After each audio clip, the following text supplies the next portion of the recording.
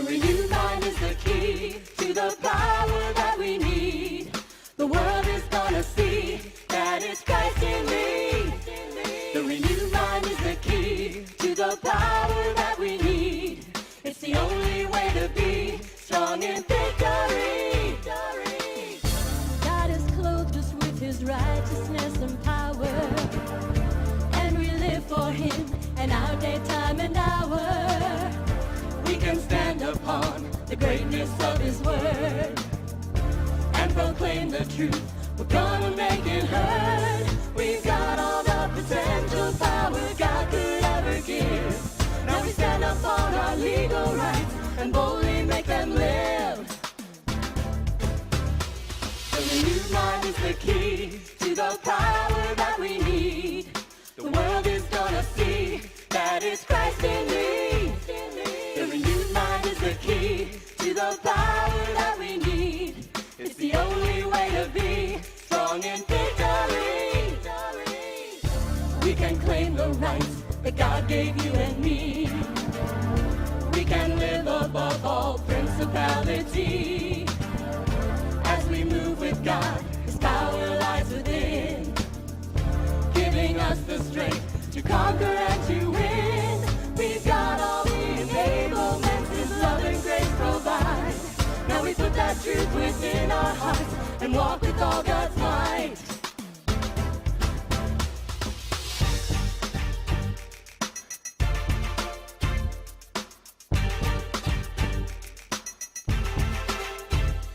The renewed mind is the key to the Christ in me.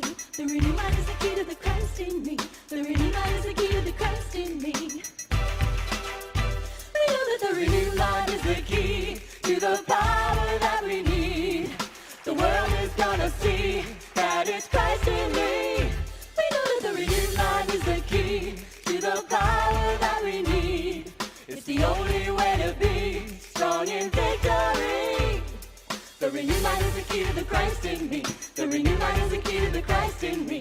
The renewed mind is the key to the Christ in me.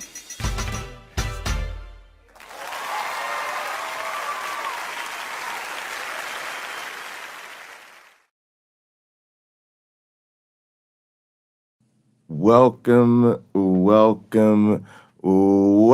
everybody to another edition of Hot Program. The hottest hot program. I am your host with the most, all the way from the East Coast, and as always, good people, I am in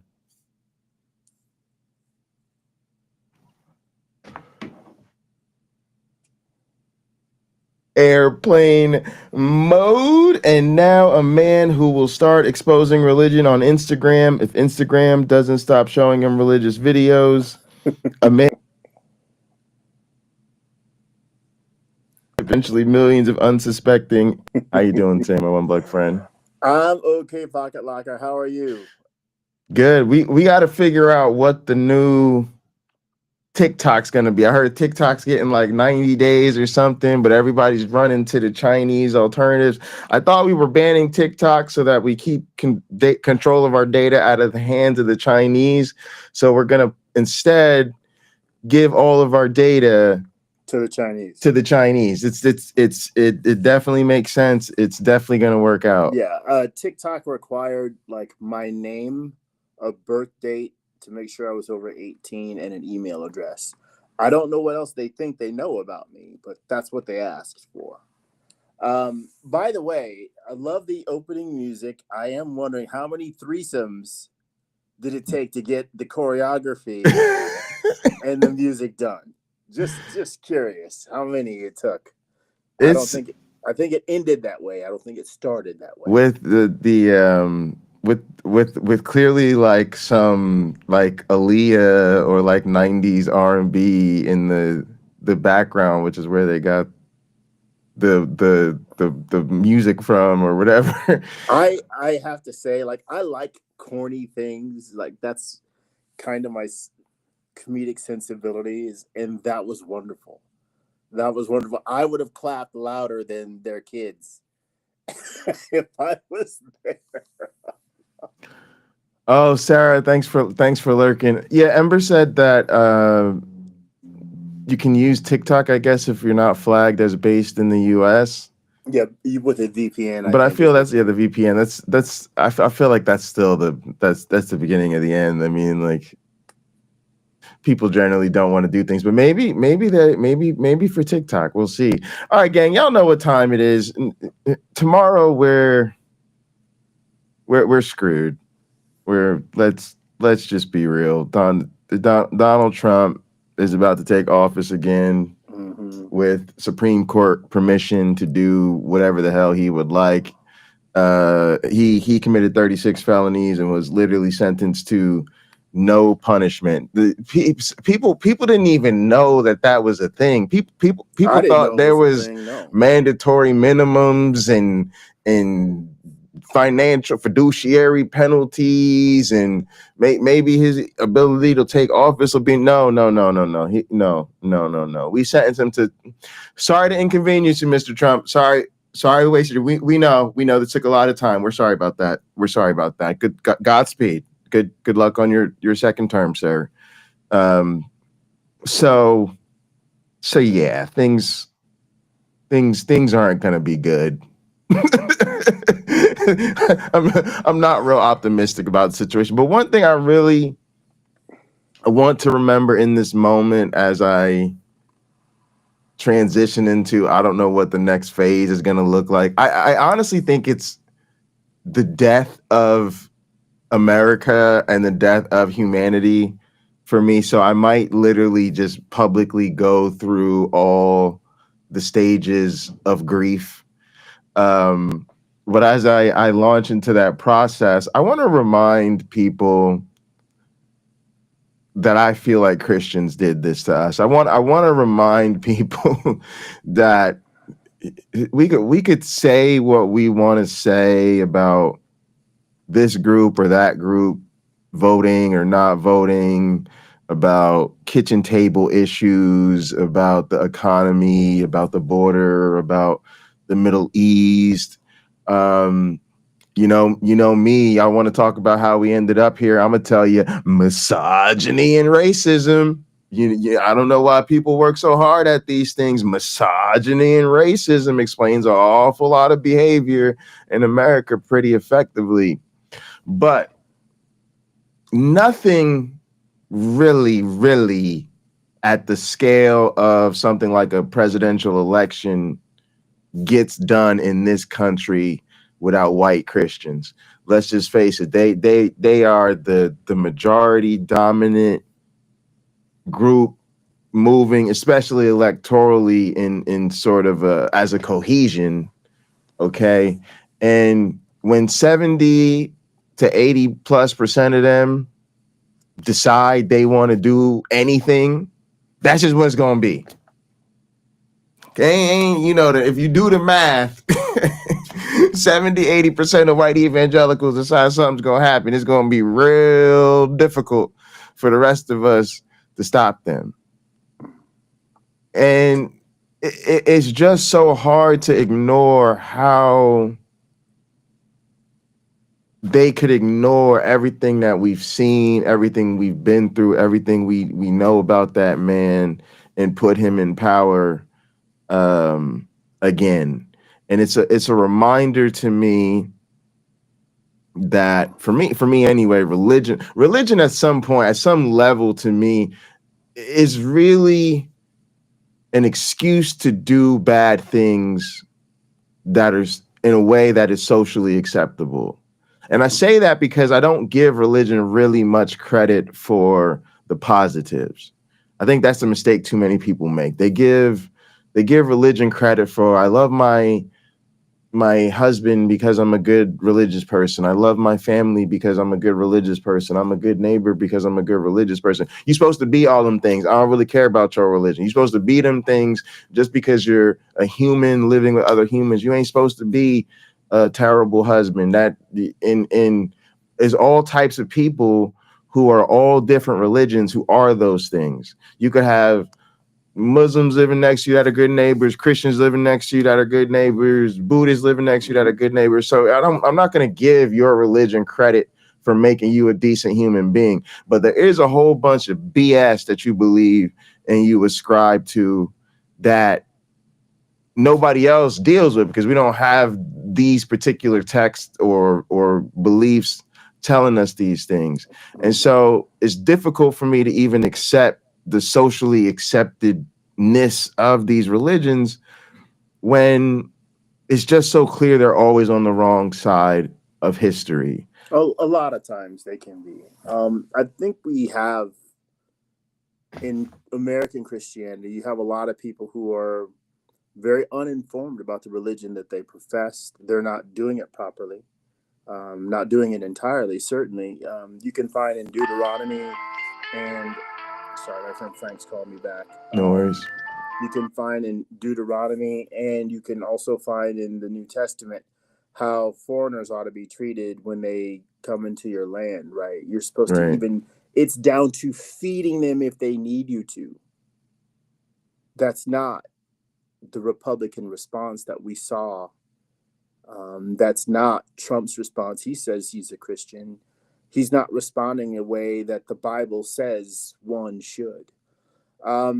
It's likely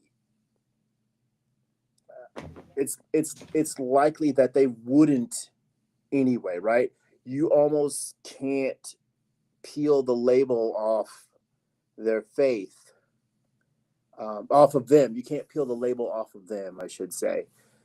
If they've labeled themselves a Christian and they think they're practicing Christian values just because they don't dump their trash in their neighbor's yard, you know, or things like that. Right.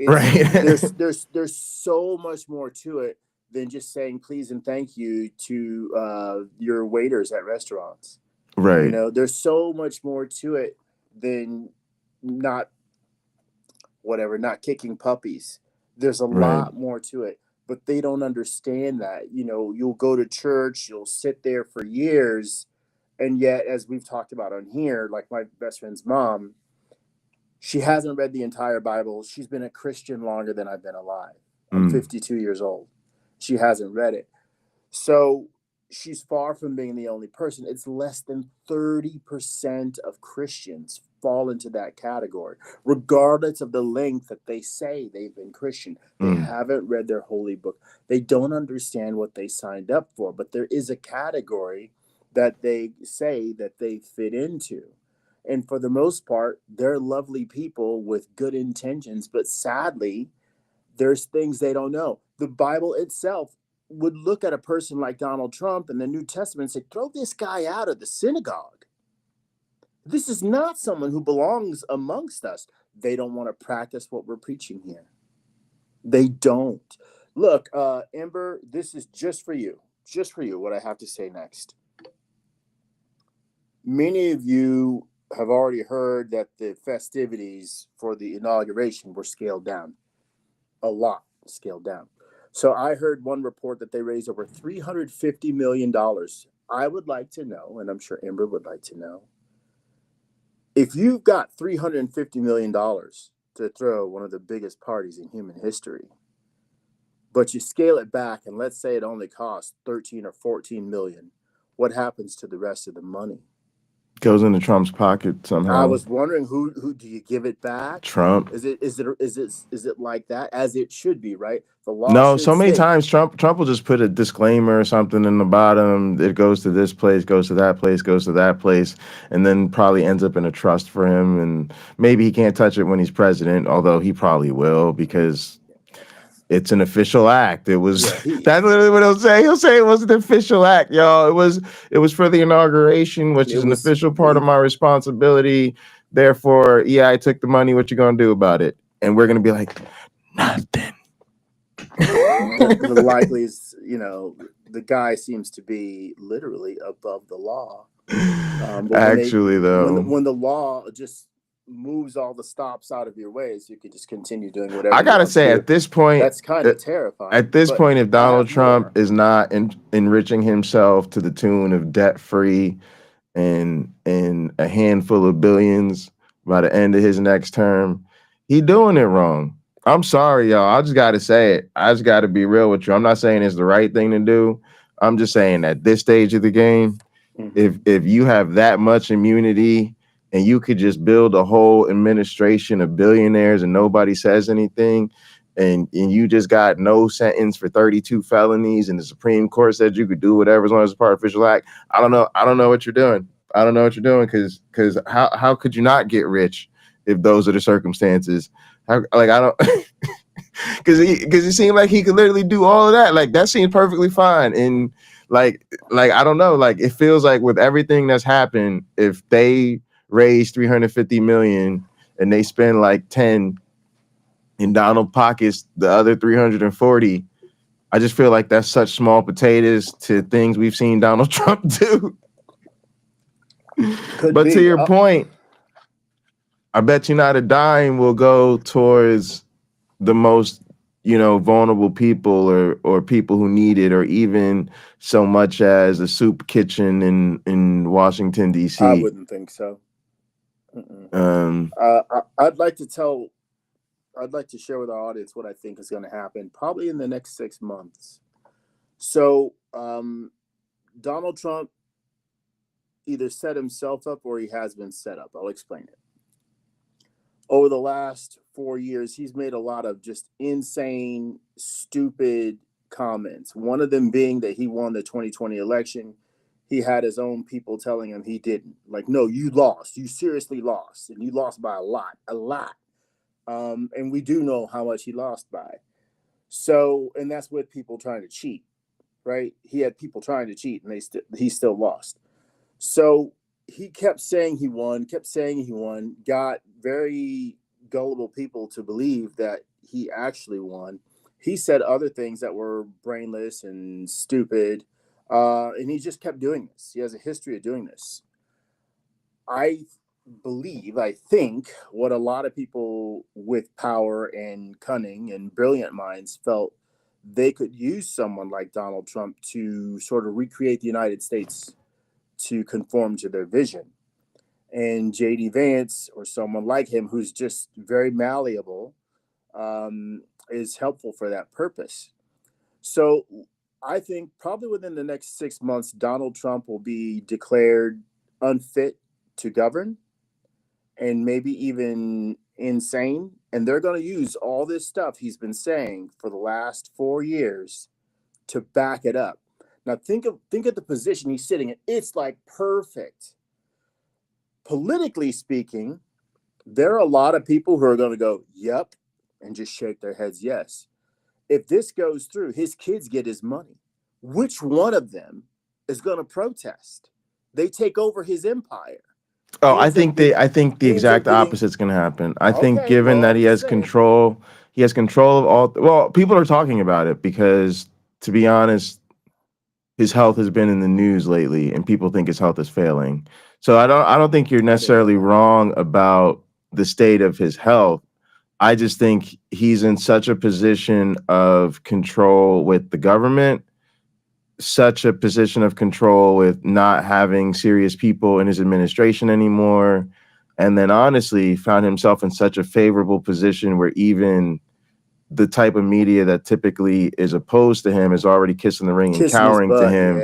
Yeah, I think he'll do a lot to either downplay his health struggles, and then in the event that he can't hold on to power and have all the sycophants, like I think his brain would have to melt in front of us before. Because this is part of being in a cult, right? Like, no, like, who's gonna risk saying, "Yeah, dear leader really just isn't cut up for it"? You know what I mean? Like, so it would be interesting, but it would take like a mutiny, I think. Like, but that's what I'm essentially telling you. I think you think it will happen? Yeah, absolutely, because all the evidence they need is already there. It's already there. He has trouble dealing with reality. People have to sort of. This book I read, I'm going to bring it up again.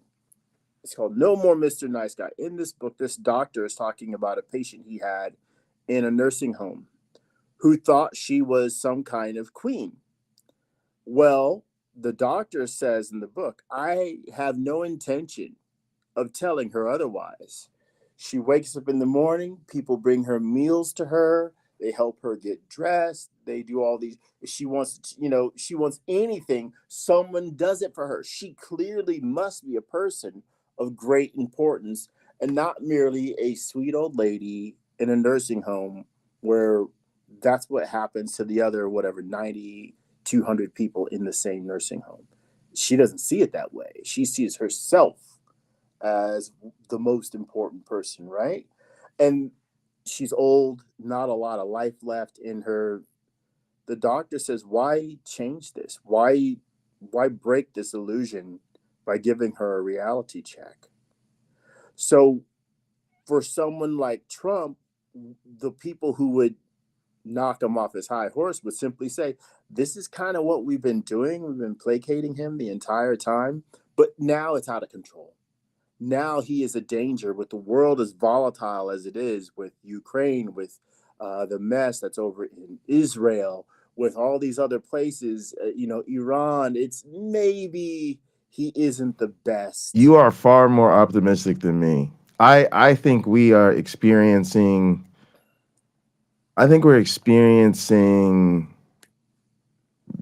just what America has always been, and it's so hard for us to see it because it's 2025 and there's cameras everywhere and social media, and we see these things happening in real time. And so I think those of us that are conscious, for lack of a better way to put it, really do feel like things have to be different because we're seeing stuff. We're seeing George Floyd. We're seeing the bombing in Gaza. We're seeing January 6th. We're seeing COVID, right? But what I think is really happening is we're stunned and realizing like, oh, that don't change the game. The game has always been power, white supremacy, America, might makes right, America doing whatever it has to do to support its, dominant position in the world. People, the conservatives being full on white supremacists, racist, bigots, and the Democrats, literally like being losers, like not even like knowing how to address and deal with these people, and then like rolling over dead, and now acting like, well, we tried. Make sure you keep them donations coming, and sorry, it's just it. And so I think that it's I just think nothing's really changed, and I'm having a hard time. Like I'm working my thoughts through this in real time, y'all, in this conversation. Not y'all know the show is not scripted. But yeah, that's like really what I feel is that it feels like the information and what we see makes us think we have to be further along socially and morally than we really are. And when we think about it, if we were, we wouldn't see these things.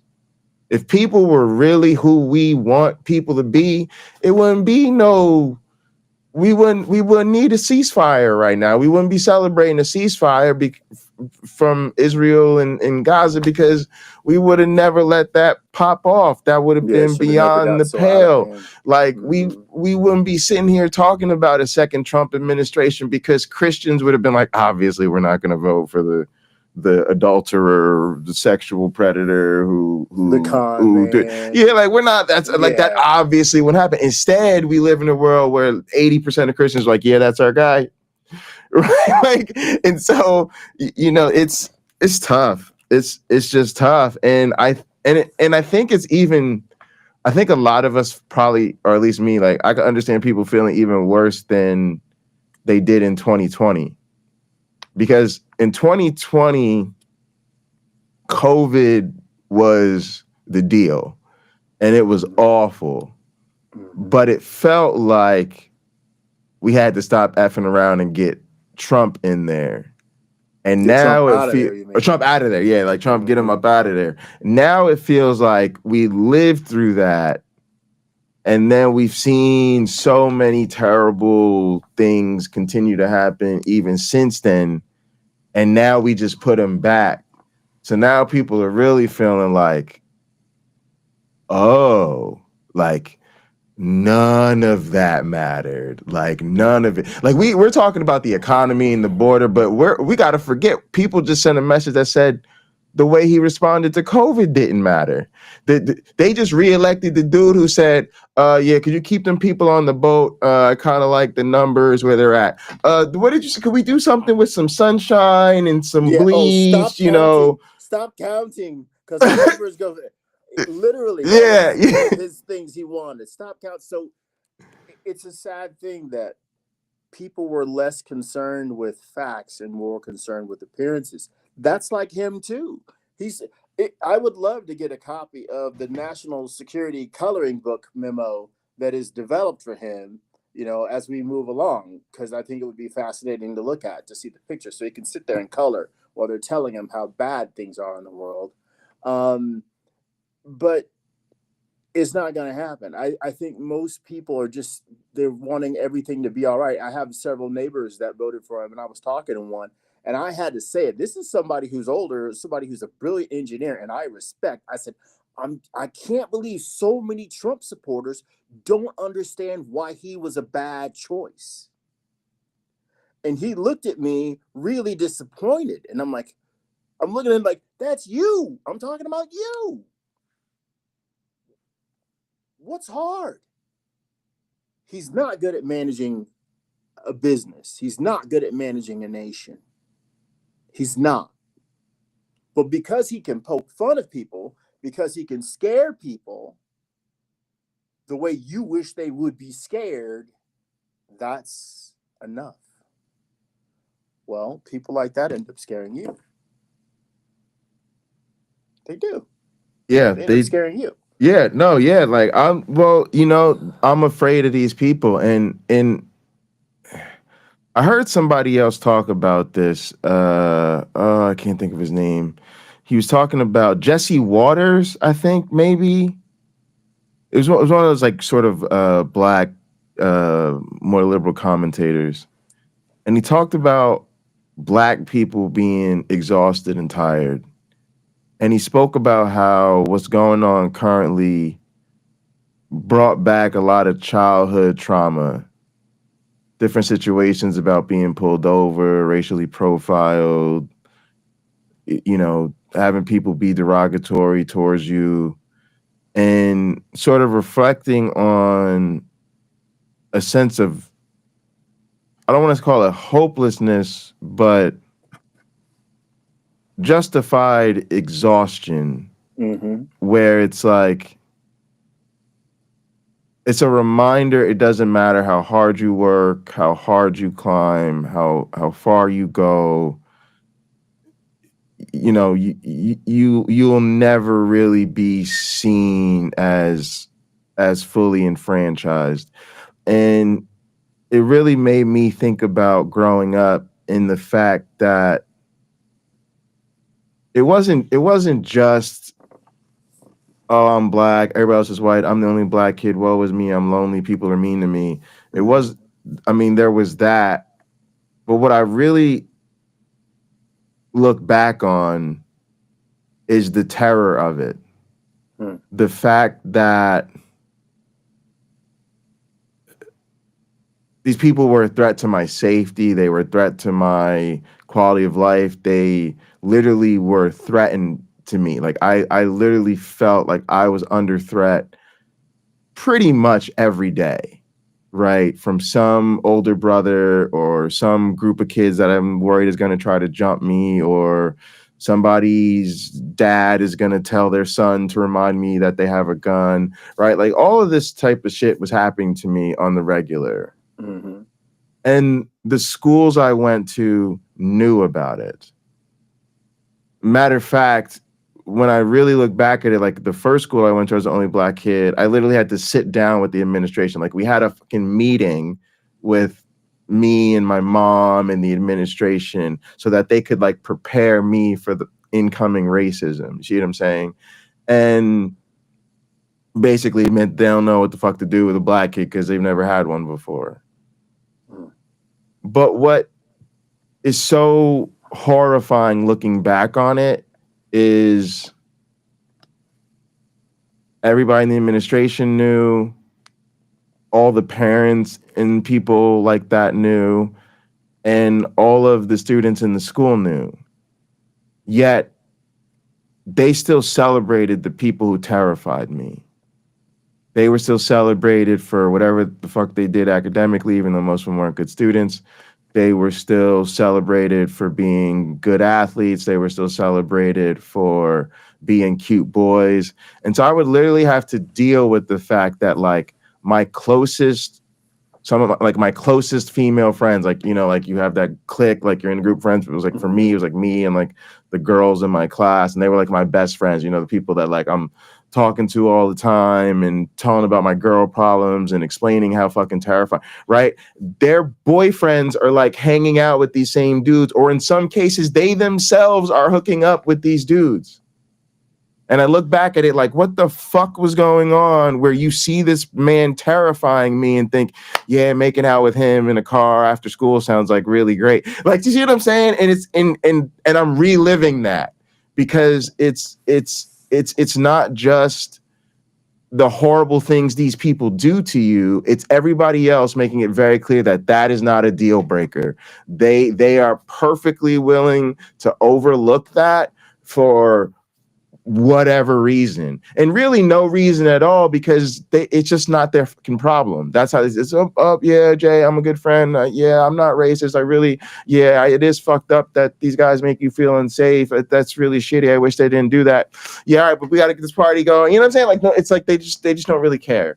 And cognitive dissonance is a real thing. Yeah, and we're experiencing a lot of it now, where I see all of this terrible stuff happening. I see Christians just all up in it. Just they were the most anti-COVID precaution. They're the most anti-LGBTQ. They're the most we need to do mass deportation. They're the most we can't have DEI. We can't talk about race. They're the most we can't raise the minimum wage. We can't do anything for the economy.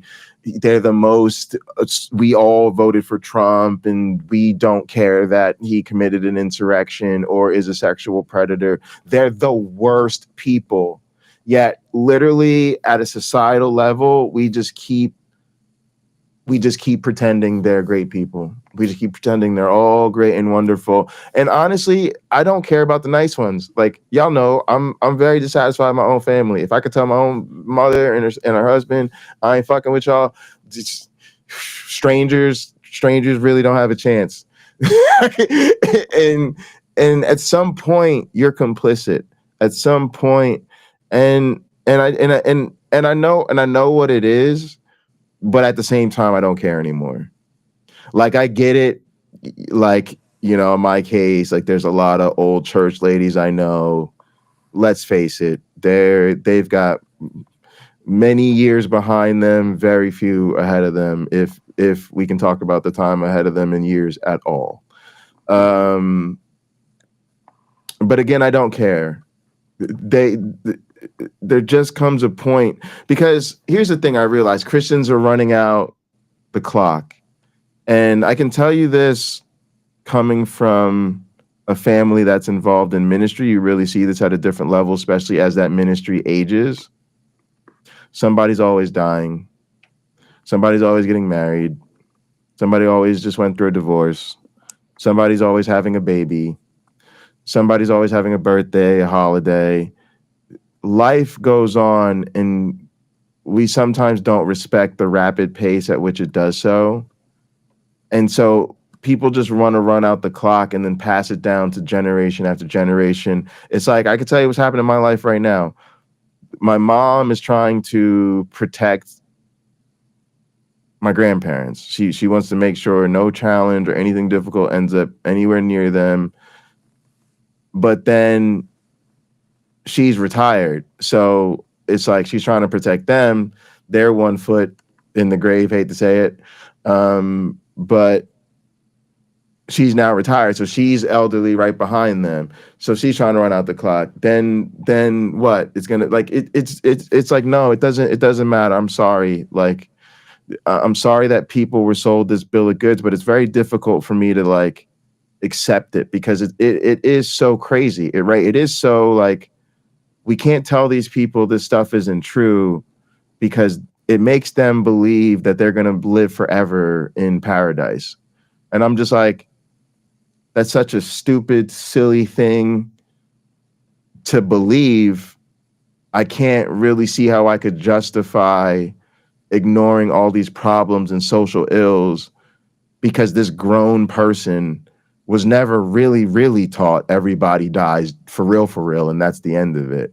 And I do feel bad for them. So many people, it's a lack of education, ignorance, never even read the Bible. Let's face it, they never really had a chance to get a grip on reality in life.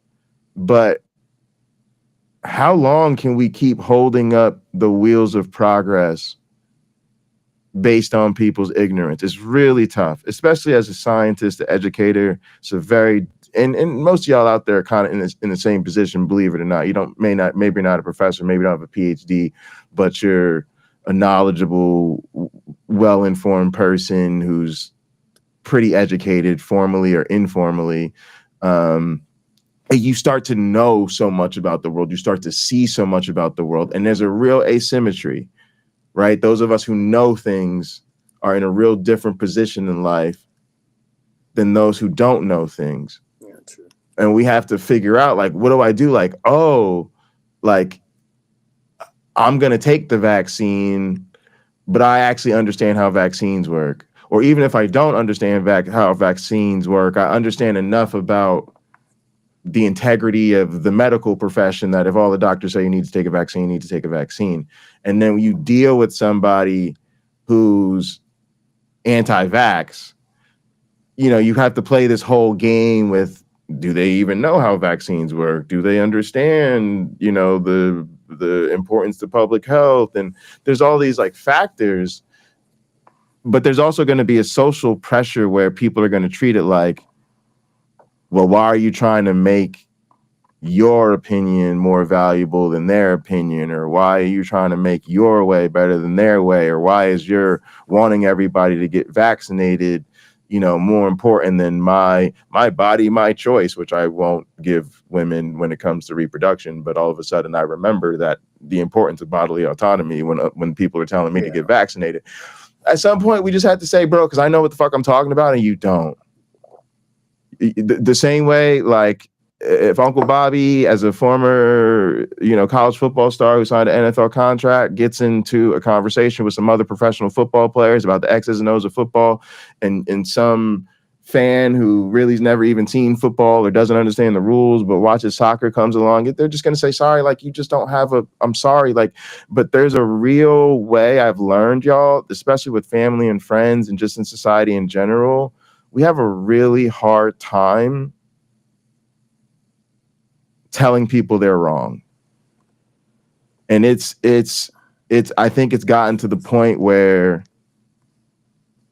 it feels like we'd rather watch people die than have to tell people they're full of shit. And that might just be a fucked up reflection on humanity. That might just be a reflection of how important and like how important it is to be part of the anger. Because you got back in the day, like, for real, if you pissed off the tribe, that was it, right? My one black friend, if you did something or whatever, or we decided we didn't like you and we were going to ostracize you from the tribe, like, trying to get by on your own without the support of the group, like, that was basically a death sentence for you. Mm-hmm. Mm-hmm. For you. You see what I'm saying? So now you might say, oh, I see the tribe doing this really messed up thing to this person over here. And I do genuinely feel bad because I recognize the humanity of that person over there, right? But there's not a whole lot of people in a whole lot of situations that are willing to take on their own risk or their own danger for themselves for the sake of others, especially if they're not super related to you, it's not direct kin and things like that, right? So I'm not trying to like throw people under the bus. I'm just trying to like say, like, we got to think through these things, because that is a legit powerful pull on people. And it does feel like that sometimes. Like it's more important to just stay okay with people rather than make a stand and end up ostracized.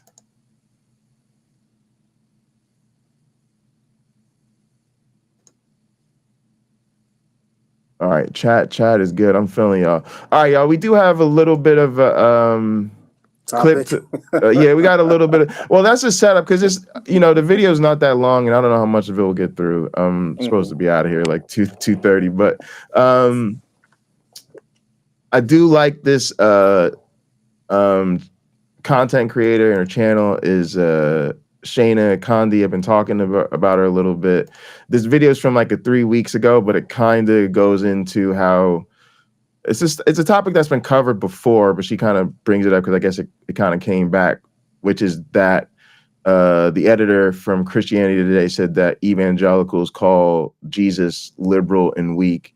So I think this is like that's kind of all I wanted to talk about, the conversation we've been having. But then I saw this clip and I was like, oh, okay, I think this is kind of a good example of some of that. Well, hey, even we on the Hot Program did an episode called "The Bible is Woke."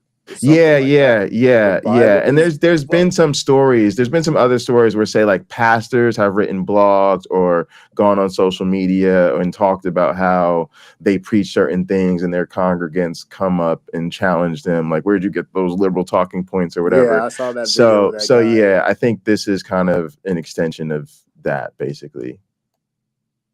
Merry Christmas to everyone except Jesus.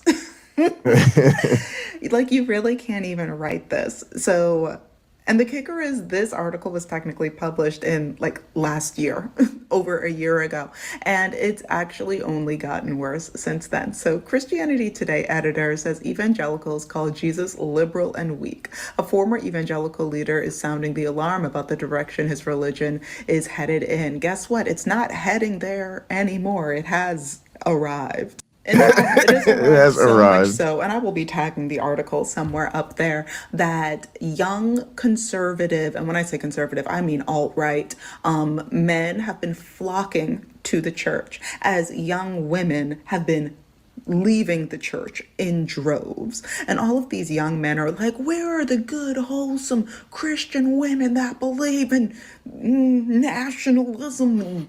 I don't want a woman to read too good. I just want her to know that eyes can read the Bible nice and right. And maybe she could give me 17 babies. Those are the men that are now flocking to the church. And there have been studies about that. And yeah, liberal, we. Okay, this is interesting. I just want to throw some quick perspective in there. One, I think in a sense it has always been this way. This is something that, my grandfather even used to talk to me about as a minister,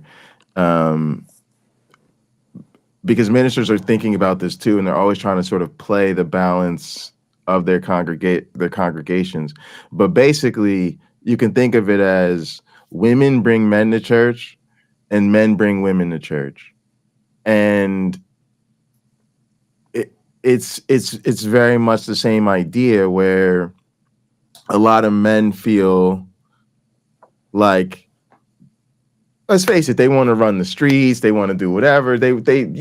Christians are not so different than the rest of us, and they want, I think, largely what the rest of us want, like attractive, valuable, whatever partners, and that's fine. But then they feel like, well, if I want to get somebody who is a good person and has certain values and won't cheat on me and won't do all the things that I might get my heart broken out in the streets with, well, then I go to church to find that person. So you have a lot of people who that's their mentality. They might be running the streets, they might be dating people from work, they might be on the dating apps, the bar scene, the clubs, whatever, right? But a lot of times you just in scenes where it's like not a lot of commitment, not really based on such strict values and things like that. So it becomes then attractive to those people, like, oh, I want to find somebody for real to settle down with, so I'm gonna go to the church, right?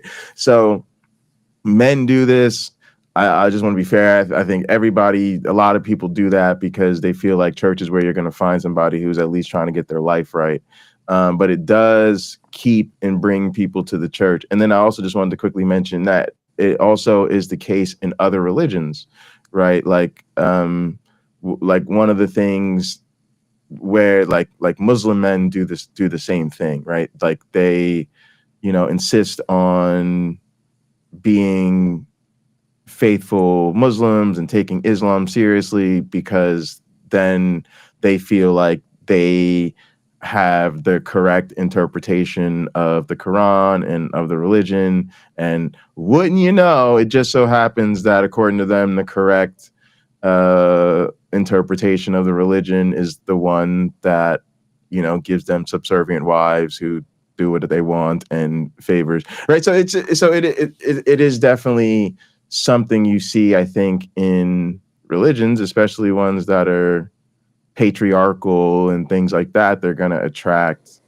men because it justifies them having leverage over their partners. Again, like it lowers the standard. Like for most of us in this society, it would be kind of screwed up if a man came up to him, at least probably like a modern American woman with contemporary American values, right? Who might have the same level of education I do, might make my partner right now has the same level of education that I do, right? So for me to hit a woman like that and be like, oh, you're going to be subservient to me and I'm going to be the head of you and all this type of stuff, like, if she's not religious or doesn't have those type of values, she can be like,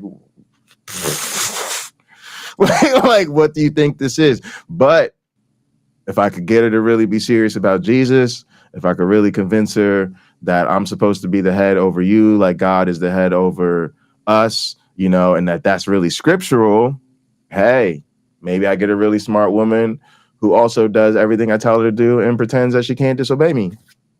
Not going to complain about that, right? Like, so it's messed up, y'all. But she right. Woke.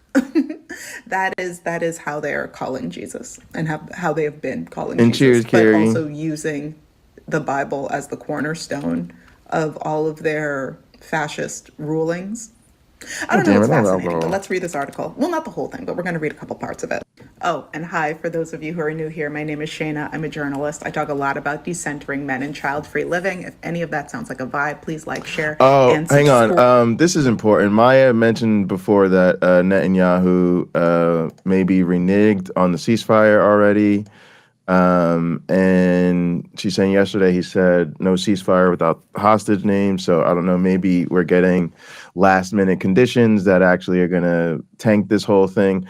But I also wanted to mention that my optimism has been reserved because since Trump won, there has always been speculation that there would be some sort of ceasefire put in place, either before Trump took office or early in Trump's administration, to give him some sort of quote unquote peace in the Middle East victory. And then ultimately enabling further or maybe even greater hostilities subsequently, under a different guise. So I hope there is a legit ceasefire. But I've always been concerned that any such ceasefire would be temporary and used strategically to escalate ultimately. So I hope that does not happen, but that is what I'm concerned about. Sarah said my bar is in hell. Same, Sarah. I'm not optimistic right now. I'm also working on launching a Yeah, masterclass in early propaganda facts. 2025 that teaches people how to start their freelance writing journey so you could write for money. If that's something that you're interested in, go to my Substack. It is free, and all of the updates about that class will be there. The link is in my bio. And if I say anything that particularly resonates, I always appreciate a super thanks. Not a super thanks. There are other ways that you can support me, and I went to that school in is East in the Lansing, description. Liz. So with that being said, now let's dive in. So you can read up here if you would like. I'm just going to focus on a couple sections of this, mostly this last paragraph. Russell Moore resigned from the Southern Baptist Convention in 2021 after years of being at odds with other evangelical leaders. Specifically, Moore openly criticized Donald Trump, who many evangelical Christians embraced. Moore also criticized the Southern Baptist Convention's response to a sexual abuse crisis and increasing tolerance for white nationalism in the community. Here's the kicker. In the United States, Christianity, especially evangelical Christianity, has always been a vehicle for these terrible things that have affected all of us. Yeah, and you know what? Yeah, it's really interesting. Like, the university I work at is kind of going through its own scandal with the current president, and there's these things are constantly happening in the church. And one of the things that I find really alarming is it's becoming easier and easier for me to say this as a non-believer, but people have the wrong expectations of religious organizations. I think that's one of the things we need to deal with, is like a serious reversal in expectations. And I think I have this perspective because I've been sort of an insider in that regard to religions, and a lot of people are sort of only involved with their faith at a superficial level, like they attend church or they're a member of the community or whatever, but they're not like in the church's business.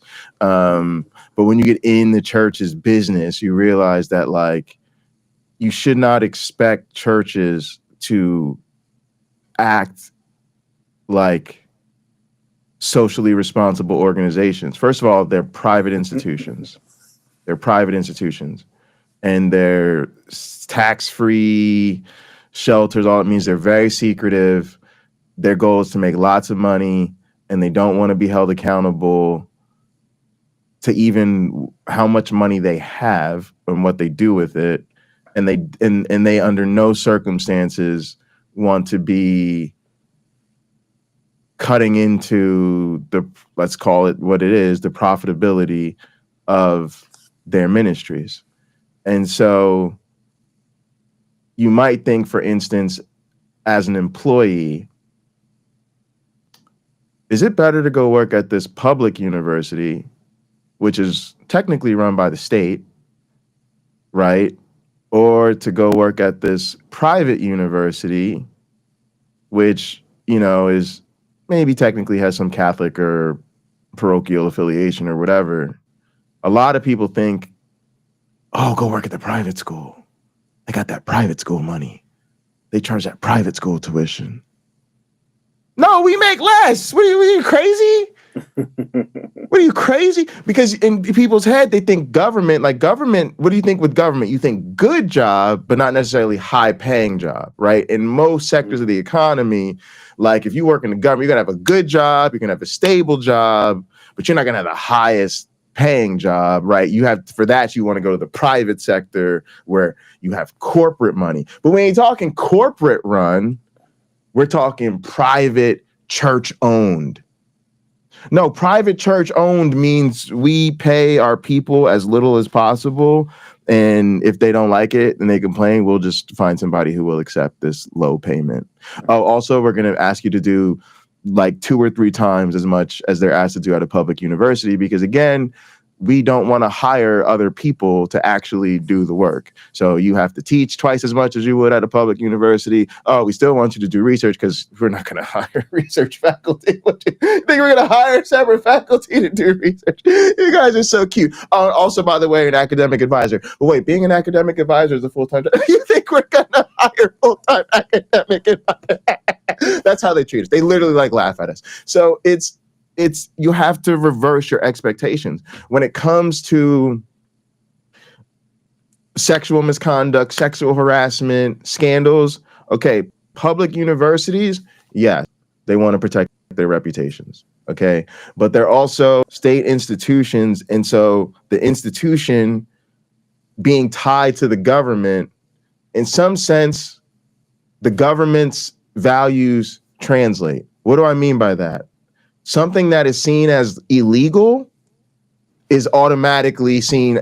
I don't want to say it's seen as immoral, but it's something the institution won't tolerate from a principled stance because it's literally an extension of the government, right? When I worked at the University of Minnesota, for instance, right, like it's run by the state of Minnesota. So of course, all of the policies and procedures and everything are in accordance with the state law. It's not just considered like propaganda or marketing. It's like, no, we're an extension of the government. So if the government has decided this is a super big problem, then if it happens on campus, it's a super big problem, right? How does it work at a private university?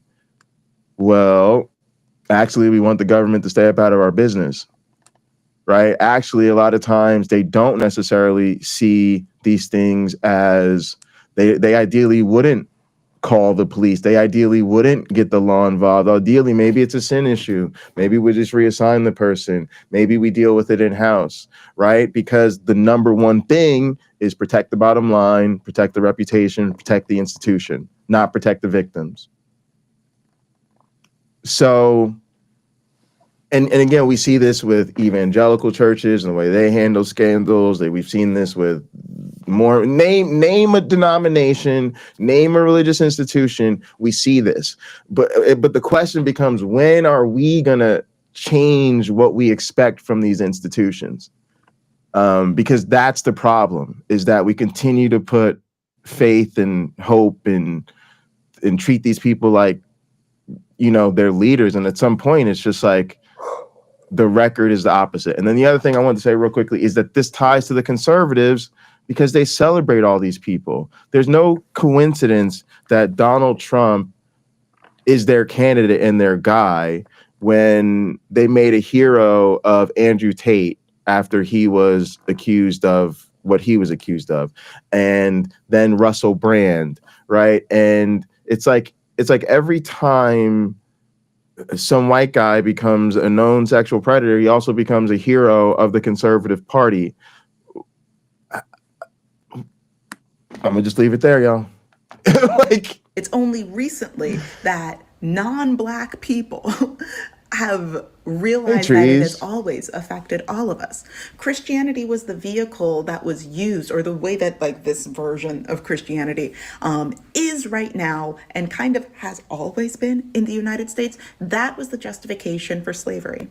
That was the justification. Oh, the abuse, the sexual abuse crisis. Yeah, that Yeah, was. it does. Yeah, Sarah, you're right. At the K through 12 level, you can find like elite private schools that pay well, but even most of like the parish schools will be like what I was saying, where they're like really run by the parish. They'll be like lower budget. So, for instance, like I went to Catholic school. We were constantly losing faculty, or I should say teachers, at my high school just to the local public school, just because it paid better. So a lot of teachers even use teaching at a Catholic school for a couple of years as a stepping stone. And then ultimately it really kind of sucked, actually, because we lost good teachers that way. Was also done throughout throughout slavery in the Americas and the Caribbean. Like, this has always been the thing, but now it's just affecting everybody. Now it's just affecting the palm-colored people. So people are like, "Oh, whoa, where'd this come from? It hasn't always been like this." Yes, it has. Yes, it has. Now, let us continue. I'm actually going to read this entire section over here. So, Moore told NPR in an interview released Tuesday that multiple pastors had told him they would quote the Sermon on the Mount, specifically the part that says to turn the other cheek when preaching. Someone would come up after the service and ask, "Where did you get those liberal talking points?" Like, it literally writes itself. Okay, quick pause. I'll keep reading in a section, but quick pause. The way that these people actually do not know what is in the Bible is astounding, and yet they want Not the to Bible me. to be read in schools. But here's the Nope. thing: if they're gonna read the Can you Bibles in pause it? school, Can you I pause Sure, it? really sure. want people to. Okay. So she just mentioned that some of these people want the Bible to be read in school.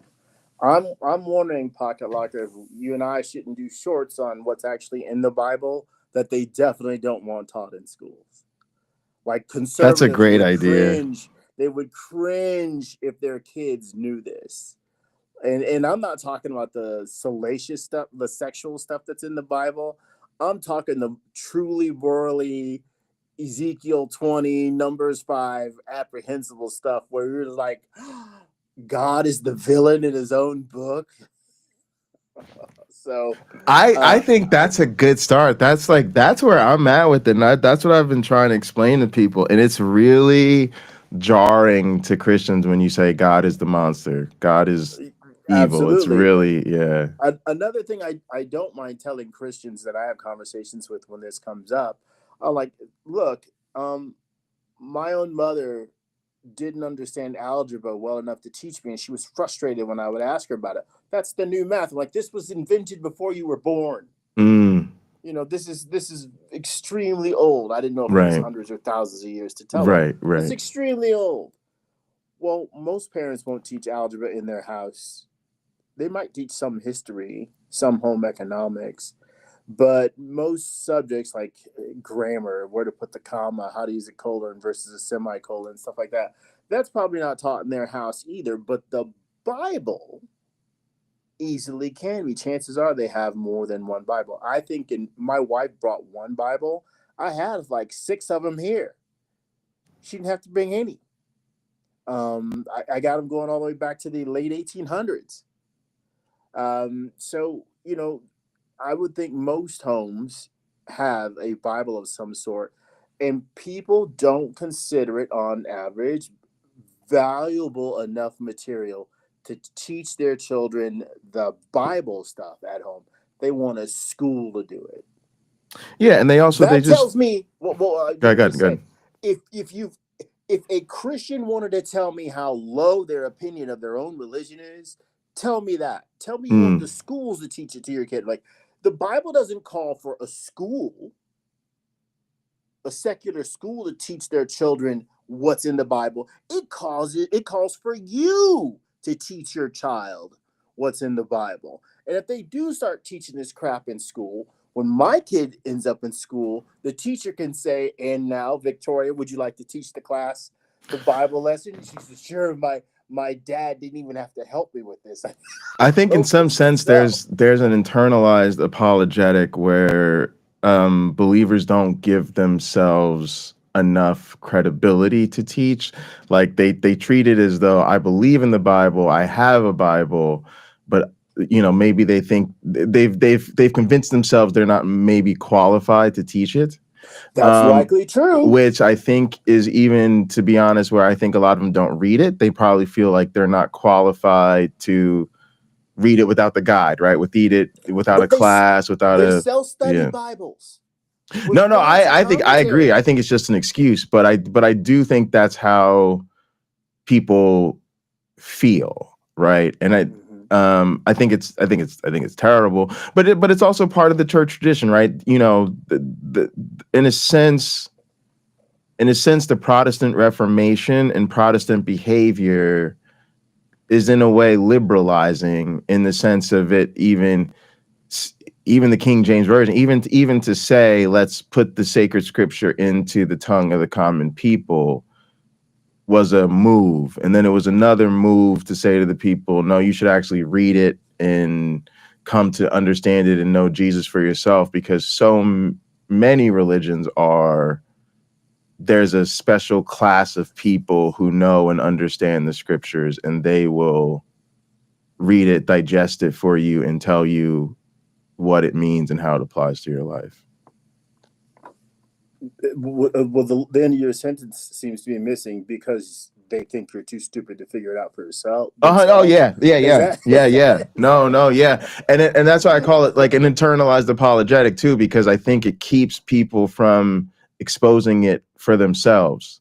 Like, it keeps them from reading it for themselves critically and then realizing the problems, or at least coming to the place where they have the questions, right? At least, because a lot of us, like you, Uncle Bobby, different people, had that situation where you read the Bible and then you tried to go ask your pastor, your Sunday school teacher about something you read or whatever like that. you know, if we could skip that, that would be really great. And then the thing about teaching your children, like that would be another opportunity for that, which would probably be even more, because if you're teaching a young child, they're definitely going to have questions. Well, what is sin? Why would God let her eat the apple? Why did he have, you know what I mean? And then you don't know how to answer those questions. Sit down next to Judas, sit down near Judas, and let Satan enter him. Why wouldn't Jesus stop that? Yeah. So I think you see it as, I'm not going to try to teach my child the Bible myself. And you're telling yourself it's because, you know, you don't want to mess him up or something. But in reality, it also avoids you having to deal with the cognitive dissonance. Well, I'll tell you, my personal opinion is that the Bible can cause people to mess up, to become messed up, in the sense that we are told again and again that the God of the Bible is good, the God of the Bible is good, and yet this same God wiped out all but 8 people in the population of the earth in the stories. This same God in the first freaking book of the Bible is forbidding people to know the difference between wrong and right. He's forbidding morality. He doesn't want people to know that. And I can go on, right? This same God is genocidal. This same God is murderous. This same God is immoral. This same God picks a favorite people as opposed to being loving to everyone. This same God creates a hell to punish disobedient angels and decides to throw people that don't like him in there too. This same God, and I can go on and on. And yet, this is supposed to be the good guy. Right. It's not Pulp Fiction where we all love Julius, you know. But it's sort of.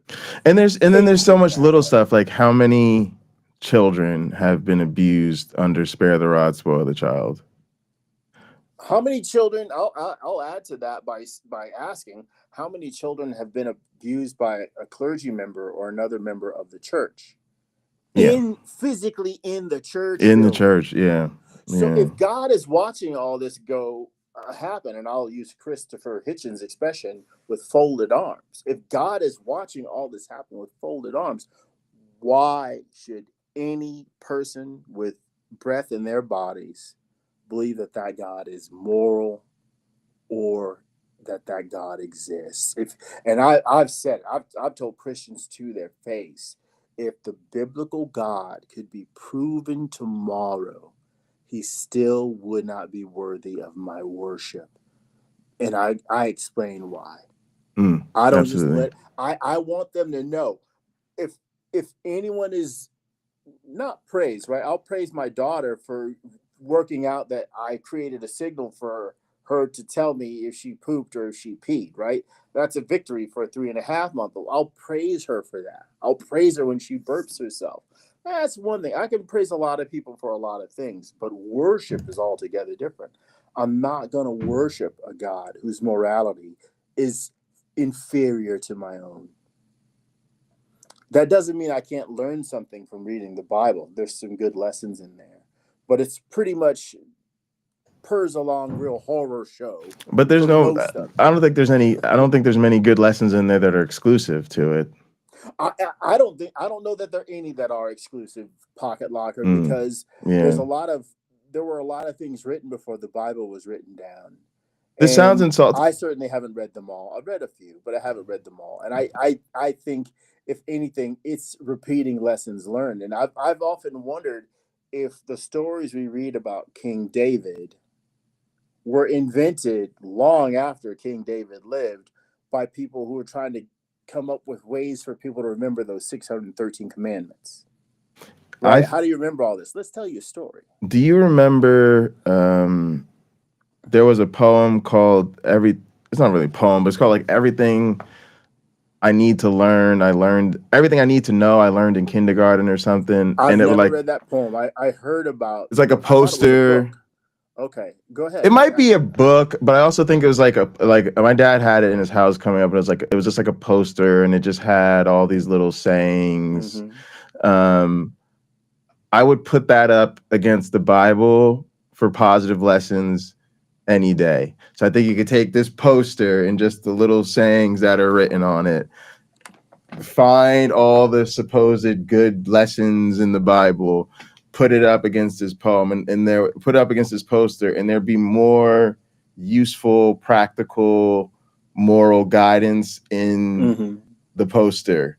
And it's not that a couple thousand pages or whatever, right? So It's funny you say that. One of the first books I read to my daughter was The Sneetches. Well, it's a story. It's not a book. yeah, But it yeah. was one of the first stories I read to her. And I told her, like, look, this is super important. I think this is the best story ever told. And it's about learning the value of loving yourself for who you are and not to value what someone else has that makes them different if you won't be that way, if you're naturally not that way. Many of you may remember some of the Sneetches on the beaches have stars on their bellies and others don't. That's the distinction. Other than that, they look the same. So the idea is that those that didn't have stars viewed the ones that did have stars as special, and the ones who had stars viewed themselves as special because they had stars.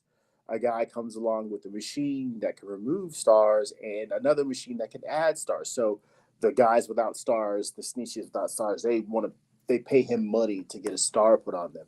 Now they're look at we're just as special as you were. Well, now that won't do for the original Starbelly Sneetches, so they pay the guy to remove their stars. So you kind of learn from the story that the stars never really had much value anyway, because this went on so much that people couldn't remember if they had a star or not before this guy came to town. So my daughter is not at the point where she could articulate what she gets out of hearing that story.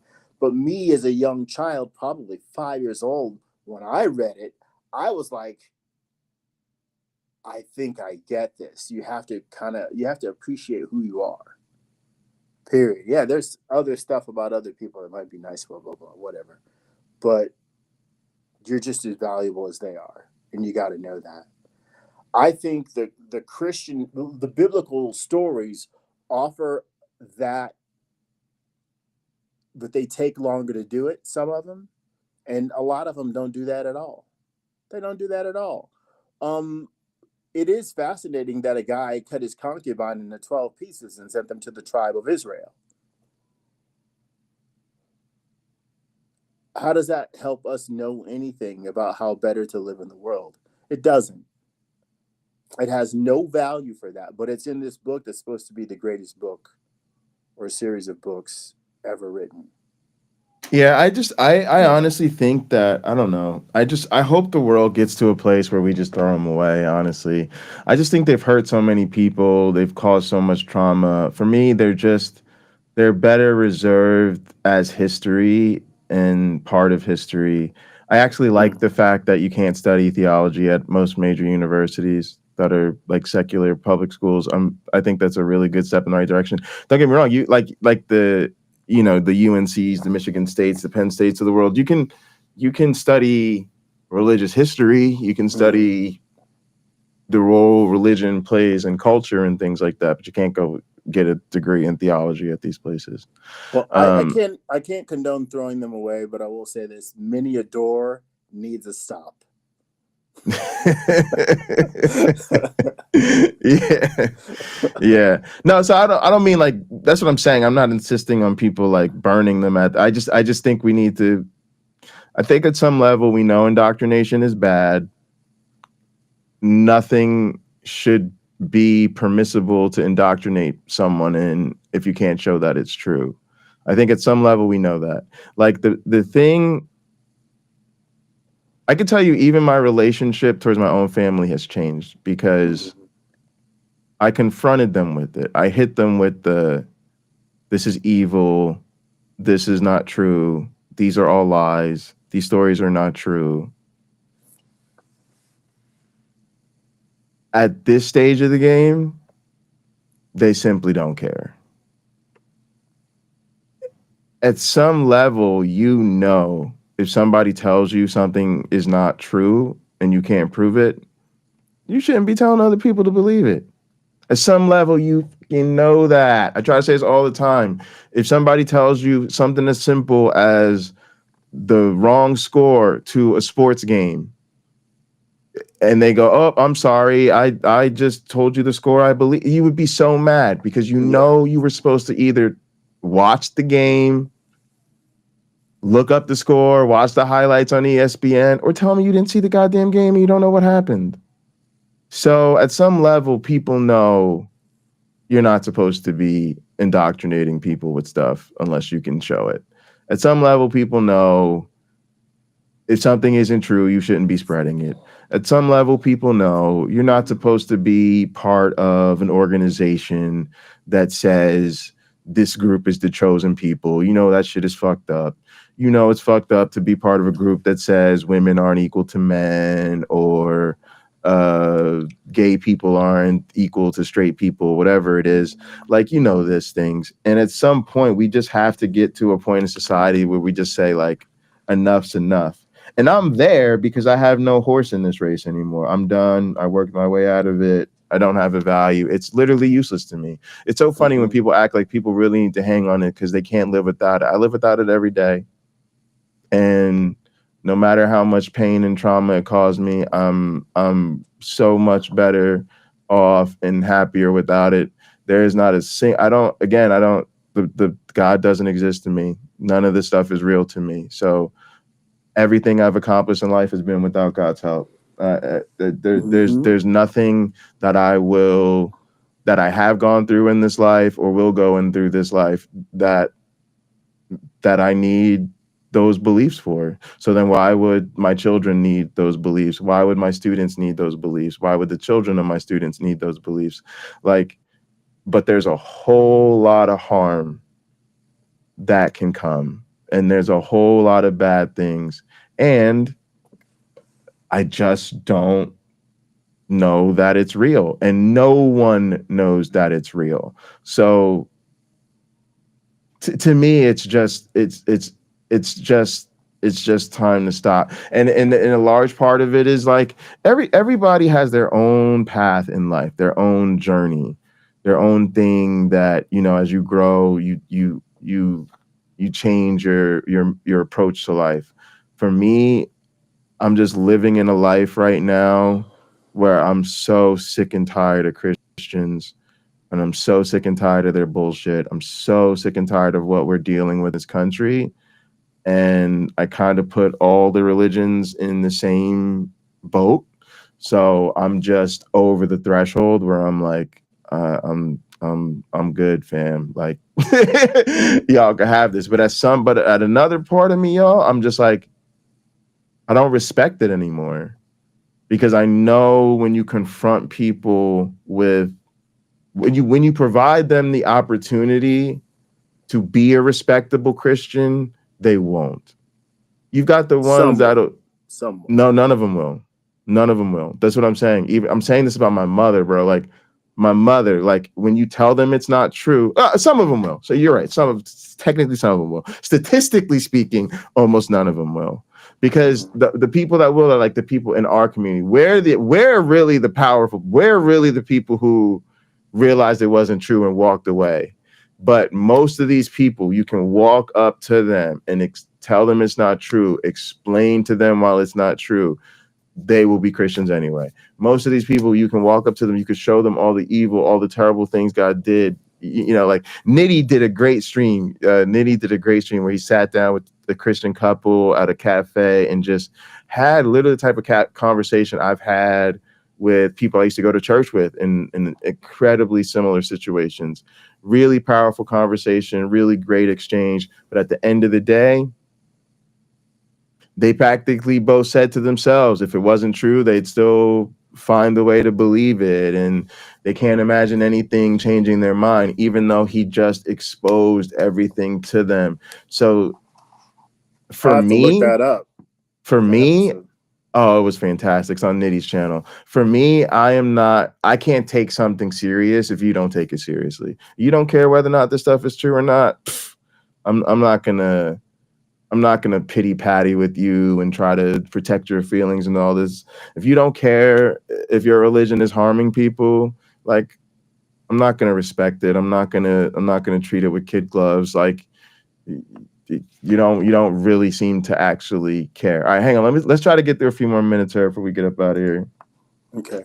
To critically read said Bible in school. One of my biggest issues Security growing blanket up still in the necessary. church, for those of you who don't know, I grew up incredibly Pentecostal. Yeah, thoughts and prayers to baby Shayna. Thoughts and prayers. But one of the things that really irritated me when it came to the interpretation of scripture is that the people that were up on that stage telling us their interpretations of scripture were very rarely, it was very rarely an intersectional look at it. It was it was always a man.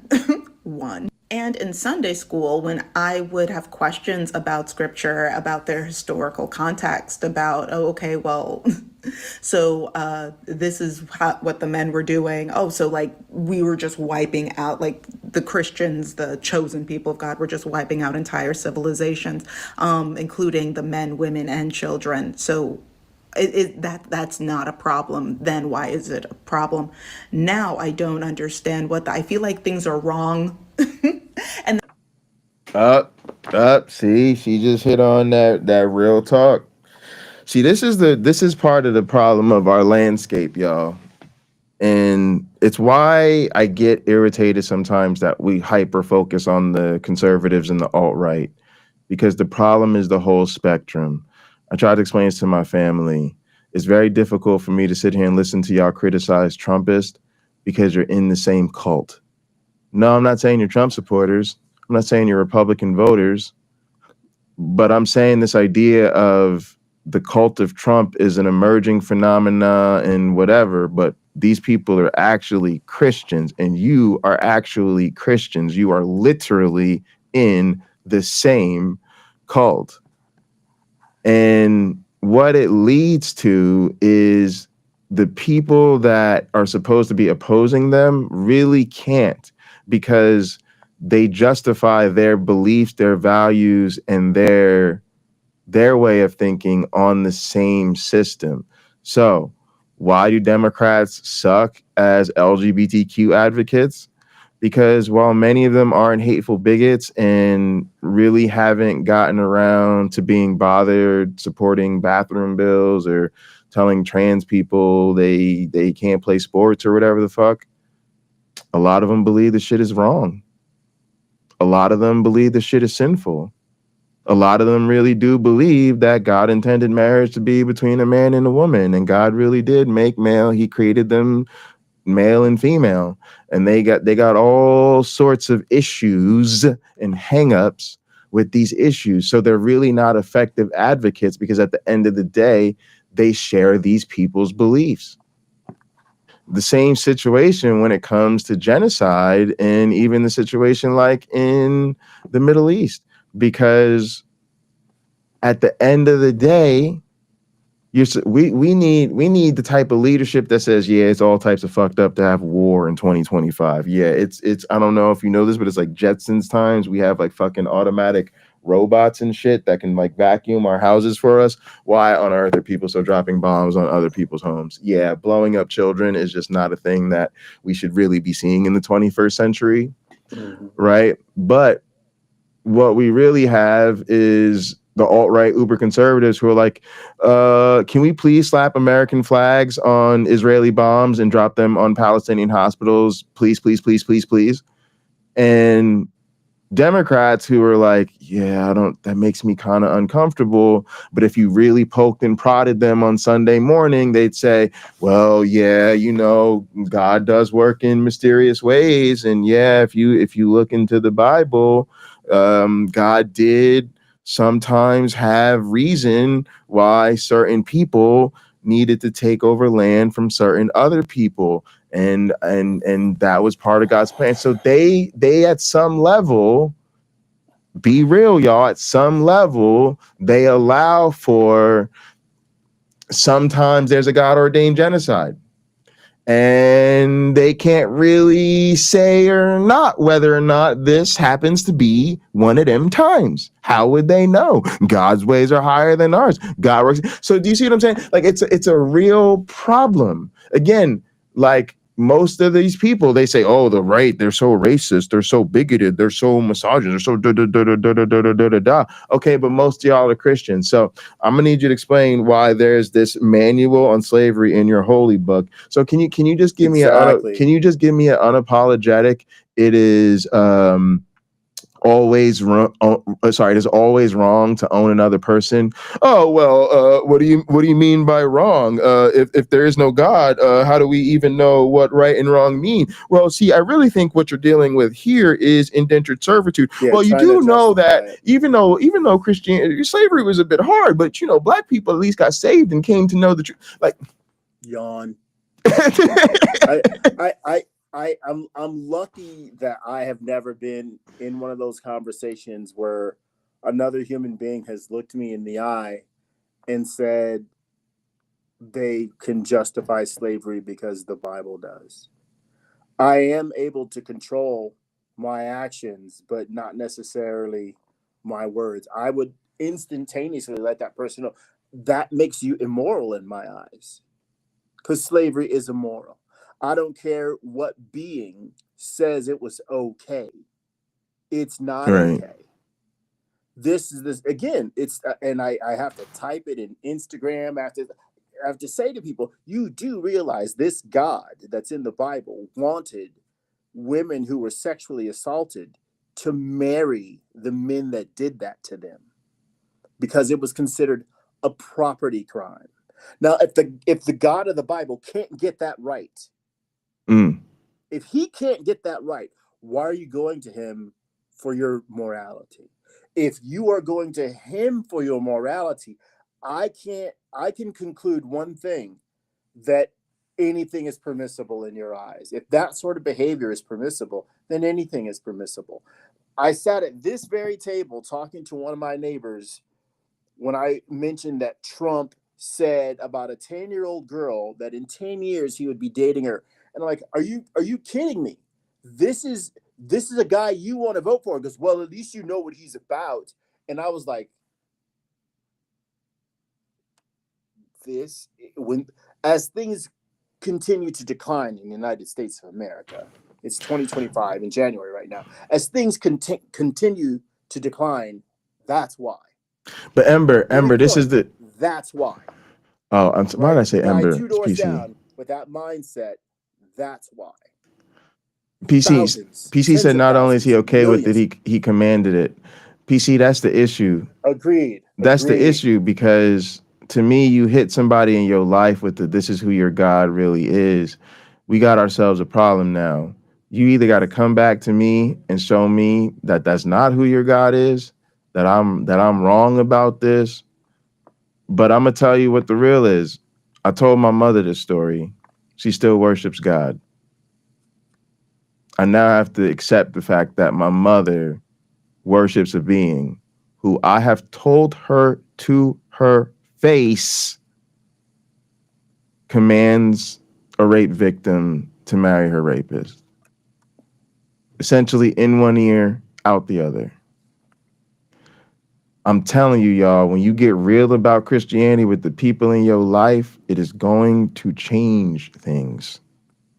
You are going to see who they really, really are. You are going to see what a number this religion has really done on them, how lost they really are, how broken their brains are. Just broken, y'all. They're all the way broken. They're all the way broken, y'all. I'm sorry, y'all. If I tell you your God commands a rape victim to marry her rapist, and you tell me that this God is still how you live a better life and how you determine what the right and wrong thing to do. Yeah, hang an out of service sign on it. Yeah, hang, go ahead, hang the out of service sign and call maintenance. Well, that tells me that, look, you're every bit as immoral, whether you ever do something like that or not. Yes. If you think that God is okay, you're 100%. you're tracking with him on morality. 100%.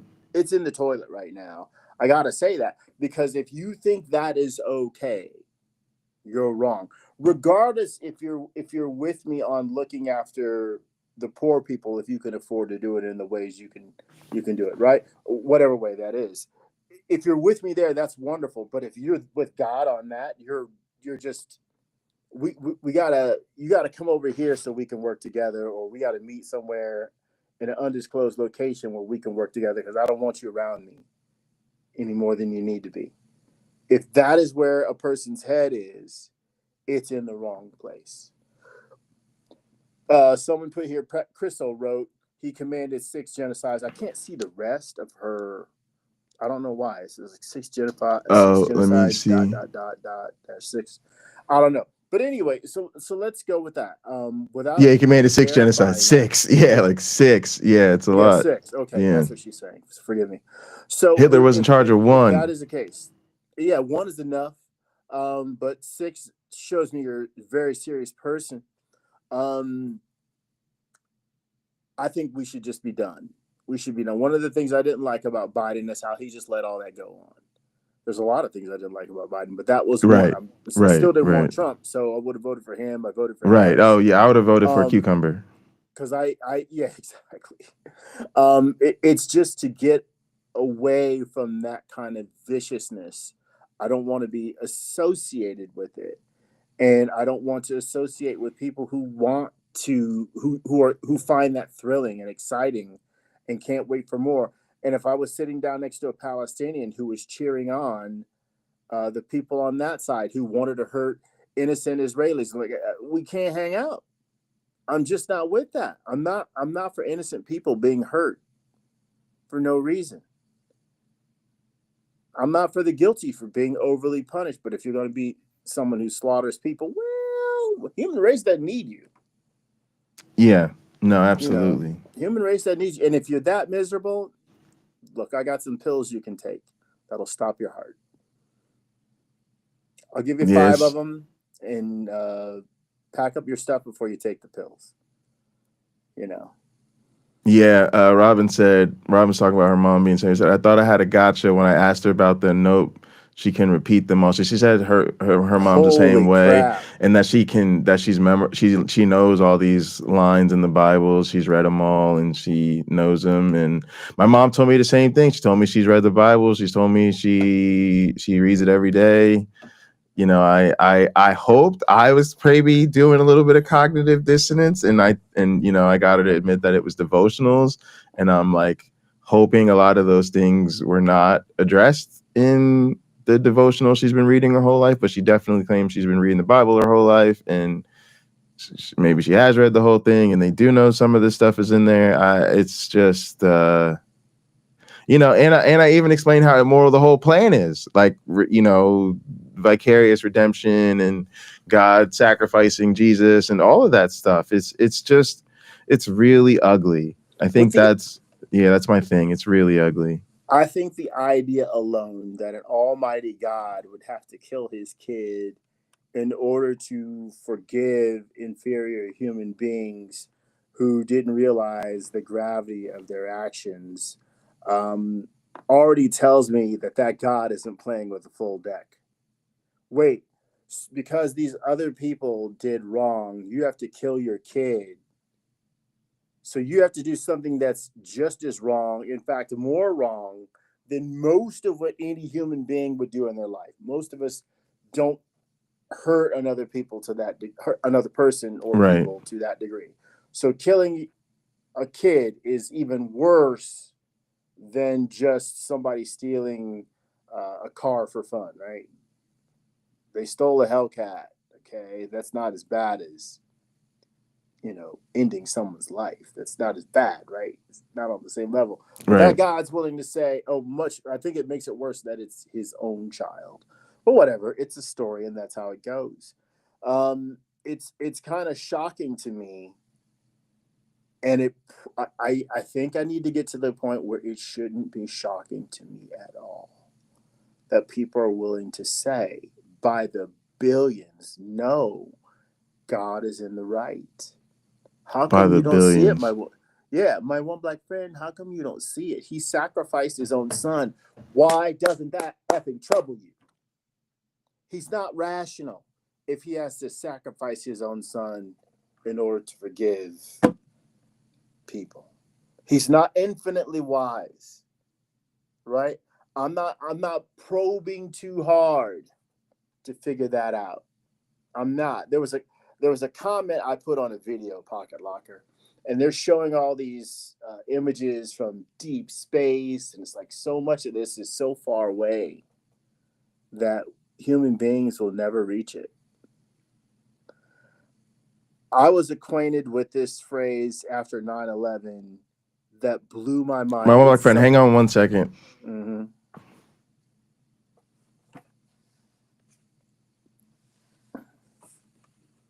I think I should talk anyway.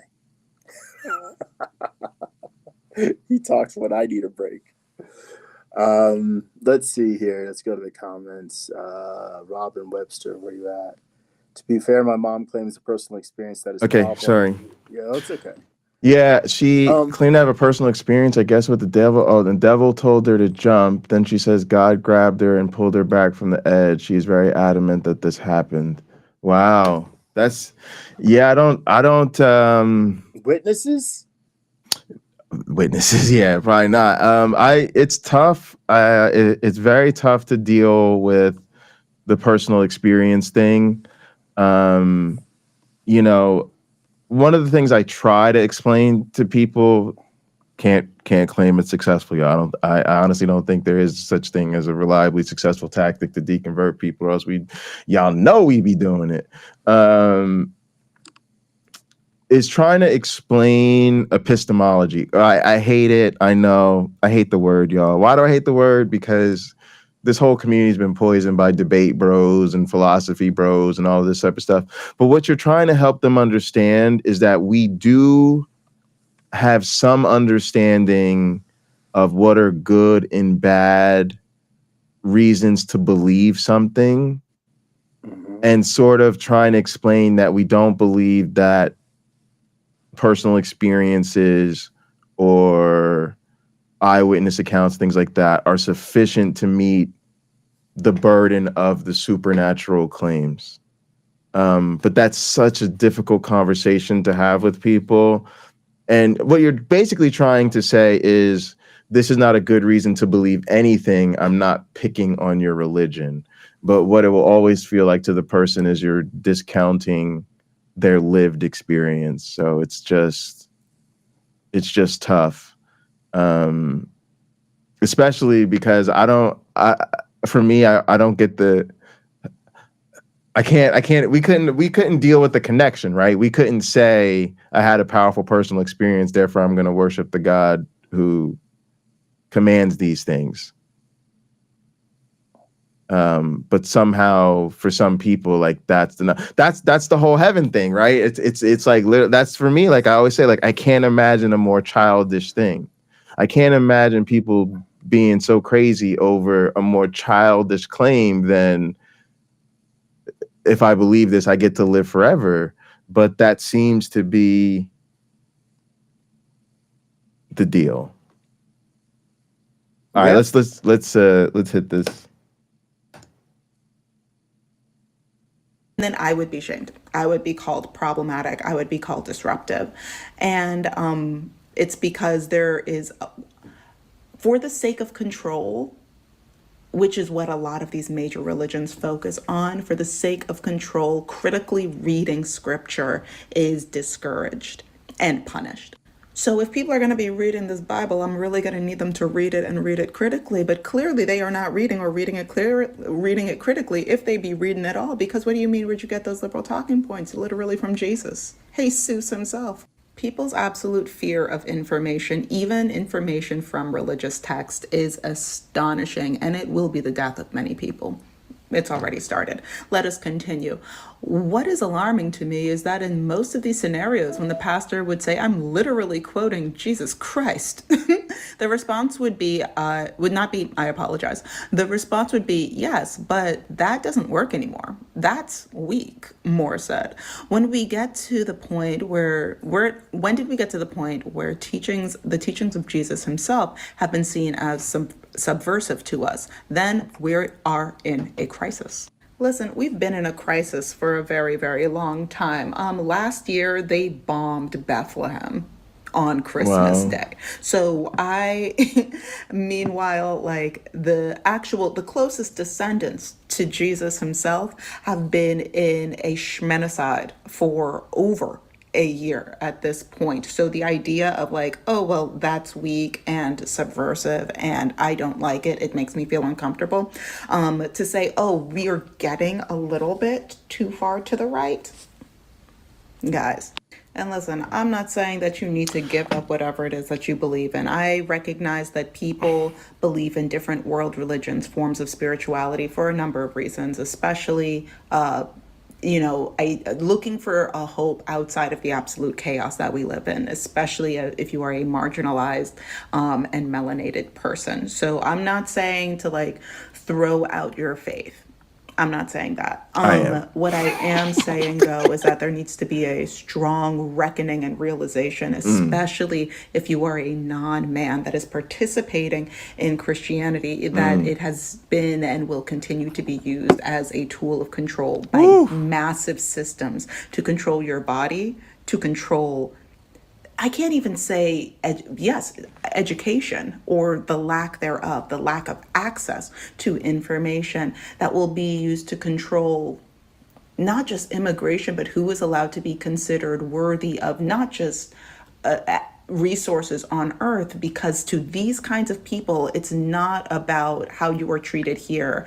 They see things in a way of like, oh, well, who deserves eternal life and who deserves eternal damnation. And for a lot of these people, immigrants, melanated people, women that are not open to being subjected and enslaved and bred, they're like, oh, well, maybe damnation would be good for them if they don't learn their lesson, aka follow what we say is supposed to happen, which is in the Bible, but nobody actually reads the Bible clearly. So this is the reality of Christianity today. Do with that what you will, but also, man. All right. So that was awesome. One thing she touched on there that I just want to mention quickly is, in a sense, part of what, because the piece she read was very good, and she's very much using it as a launching point for her discussion. But in some sense, I consider it, and she just made me think of this. But in some sense, it's the whitewashing of extremism, and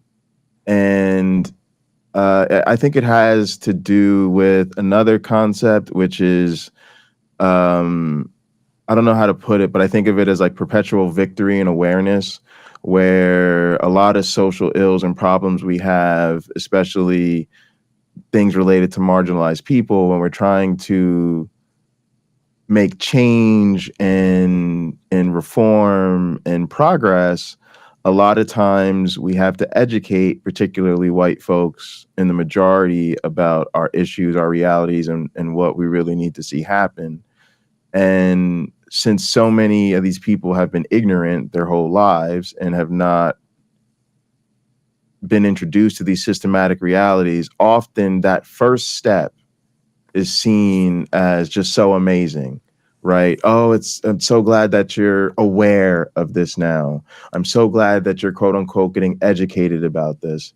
And it is an important step and it is a first step, but it's kind of like you're now just waking up to the reality. So this is new for you, but actually people have always been dealing with this. And there's an urgency now that really things need to be done, things need to be moved. But so many people feel, well, the victory now is the awareness. And you see this with issues like Black Lives Matter, right? Where there was there was protests, there was riots, there was campaigns, there's still end racism helmets on NFL players and all of this stuff.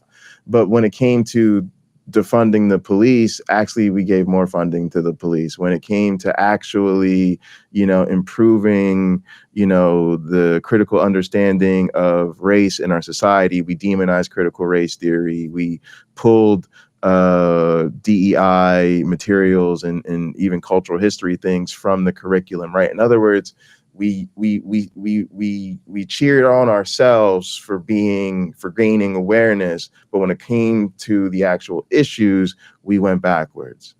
And a similar thing happens here when you're a white Christian and all of a sudden you start to feel like my faith and people in my religion are beginning to go in the wrong direction, right? You're sort of doing both those things. One, you're now aware, you're new to the game, but you're overlooking the fact that, like she said, they're not beginning to go this direction. They've already arrived.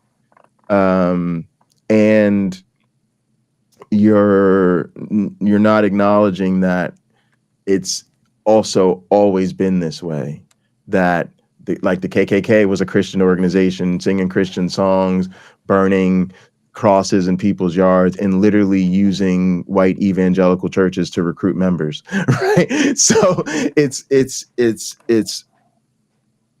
in a sense, you can whitewash something because you can say something is beginning to happen when in reality, it's always been happening. So I think this piece was great, but it's really careful when you talk to people like this who actually have this, because I've seen this even in my own family where people they were like, whoa, things are starting to get weird in church, to be like, yeah, but let's talk about how things have really always been in the church too, to help bring them along to what I would say awareness of the way what's going on now fits into full arc of history. So I thought that was a great point. You want to give us your closing thoughts, and then we gotta get up out of here. I don't know. I think I railed on enough in this one, but I want to make sure that you all remember to have the courage when we are confronted with people who say they have a superior form of morality, and it's the Bible. Be ready to leave the conversation or ask that the subject be changed. You don't have to defend your disbelief, and they don't have to defend their belief. You simply can move on to another conversation about something else. However, if you're in the mood to change the world and make it a better place, confront them. They don't have a better way. They have a well-developed way with fantastic potential and enormous flaws for where it's at right now. And I don't know how long it's going to take. There are some Christians who just get it, and they really are people Jesus would admire for how much they're giving and loving and wonderful and helpful. And then there's the rest of them who he probably couldn't stand to even give them free food. Yeah, it's tough. All right, thanks so much. And hey, gang, it's buckle your seatbelts. Tomorrow's gonna start a roller coaster. Probably gonna be a bit of a bumpy ride, to be fair. So let's just all hang in there and stick together. I think that's the main thing, is just try to stick together, try to support each other. It's gonna be tough. All right, gang, as always, be good to yourselves and each other.